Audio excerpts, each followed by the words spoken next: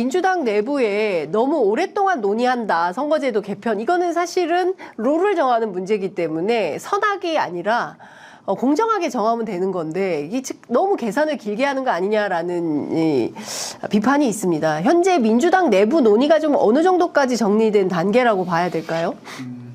저는 이제 시작이라고 보이는데. 네? 그리고 이제 시작이요? 오래 끌 건 아니지만 네.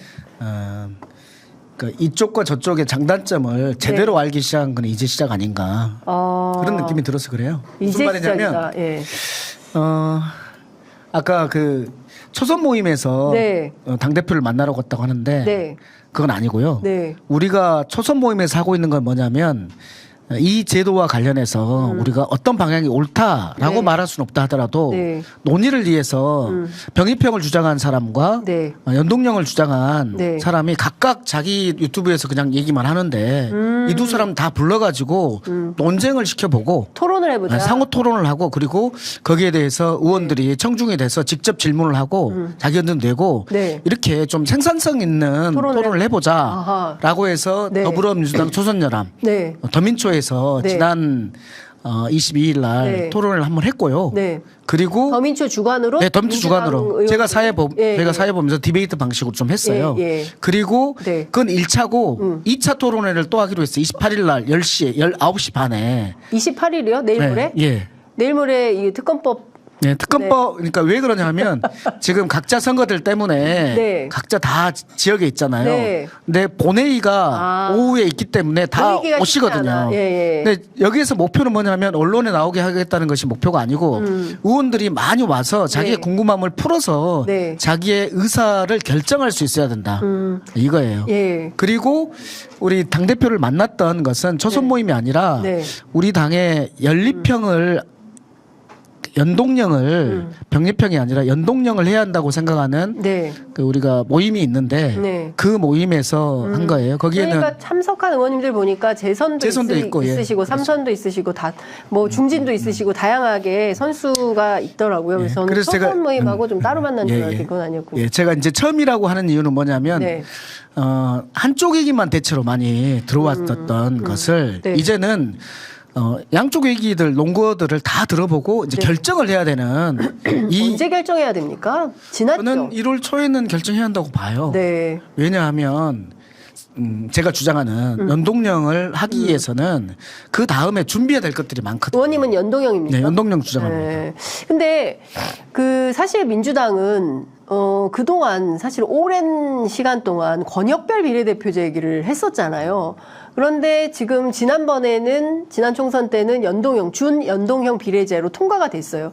통과될 때도 되게 말이 많았습니다. 근데 결과적으로는 캡을 씌워서 결정했지만 다음번에는 새로운 선거제도를 해야 된다라고 했는데 다시 완전히 병립형으로 옛날형으로 가거나 아니면 그냥 연동형 비례제로 가자. 이렇게 두 가지 논쟁만 있는데 이건 어디로 간 겁니까? 권역별 비례대표제는?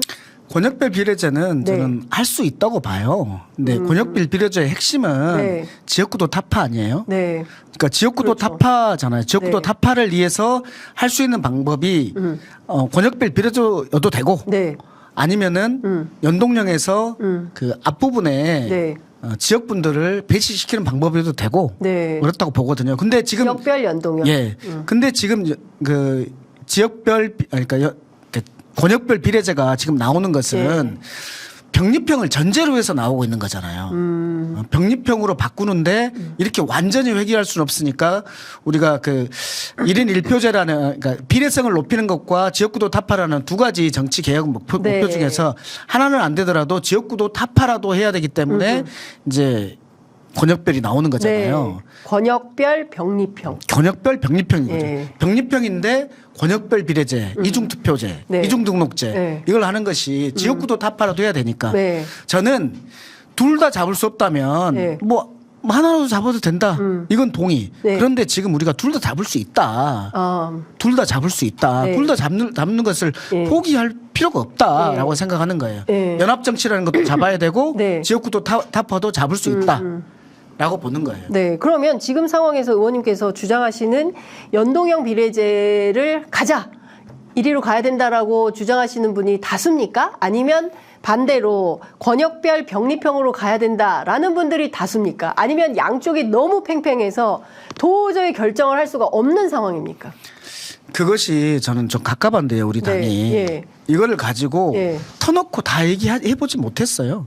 아직도요? 예, 다 못 해봤어요. 한 달도 넘은 것 같은데 지금 이 선거제도 나온 지가 언제입니까, 의원님? 저는 우리가 의총을 해볼 때는 한 네. 절반 정도로 네. 보였고, 반반. 네, 반반으로 보였고, 근데 그 사이에 그 두 제도에 대해서 다 고민이 다 됐나 이 부분에 대해서는 의문. 네. 예. 저는 이 시점에서는 아까 제가 말한 것처럼 각각의 주장자들을 불러놓고 여기에 대해서 질의응답들을 통해서 네. 이제 결정을 해야 될 단계다라고 네. 보는 거예요. 아니 근데 의원님, 민주당은 상당히 그 토론이 많은 정당이고 그리고 집단지성이 있는 정당이잖아요. 어떤 현안이 있을 때 의총 열어 해가지고 서로 간의 의견들을 내놓고 공유하고 뭐 결론을 찾아가는 정당인데 왜 이렇게 이게 길어지는 이유가 뭡니까? 그러게요. 그러게요. 답을 주십시오, 의원님. 왜 그런지. 예. 도대체 왜 이렇게 길게 논의하는 겁니까? 이 문제가 뭐가 그렇게 중요하다고? 예? 여기에 그렇게 민주당이 당력을 쏟아가면서 논쟁을 해야 될 정도로 중요한 건가요? 전체 사실은 253석 그 지역구가 더 중요한 거 아닌가요? 이걸 좀 뭐 조정을 하든지 의석수를 늘리든지 비례를 확대하든지 뭐 이런 논의를 좀 더 적극적으로 했어야 돼요. 그러니까 이 논의를 우리가 우리 당만이 아니라 저쪽 당하고 같이 네. 초당적 의원 모임도 했는데 네. 그것도 했고 그다음에 전원회의도 했잖아요. 그 무수한 과정을 거쳤는데 네. 그럼에도 불구하고 지금 이렇게 지지부진한 상태인 것은 실은 우리 정당만 잘 되면 된다라는 생각에 갇혀 있기 때문이잖아요. 네. 지금은 대한민국 정치를 잘해서 그 정치가 잘 되는 것을 통해서 네. 대한민국을 바꾸고 대한민국 네. 민생을 바꾸고 이래야 되는 시점인 거죠. 특히 지금 우리 윤석열 대통령의 이 폭정이 네. 도를 지나치고 있는 거 아니에요? 이것을 이겨내는데 저는 병리평으로는 좀 어렵다고 봐요. 연동형을 해야지 이 폭정을 이겨낸다고 보는 거거든요. 왜냐하면 예. 지금 계속해서 거부권을 행사하고 있는 거 아니에요? 예. 근데 우리가 이기는 것이 151석의 목표인 게 말이 맞나요? 아, 민주당이 151석이 목표예요? 지금 우리가 이기는 것을 151석 또는 뭐 다수당 또는 예. 제1당 예. 이렇게 하면은 그것에 두 개 합한 것은 151석의 목표 아니에요? 저는 이거 목표로 삼으면 안 된다고 생각합니다. 그 목표를 어떻게 삼아야 됩니까? 거부권을 무력화시킬 수 있는 네. 거부권 무력화 예, 거부권을 무력화시킬 수 있는 그래서 윤석열 대통령을 총재로 하는 네. 검찰 특수부당 아니에요. 네. 이 검찰 특수부당이 예.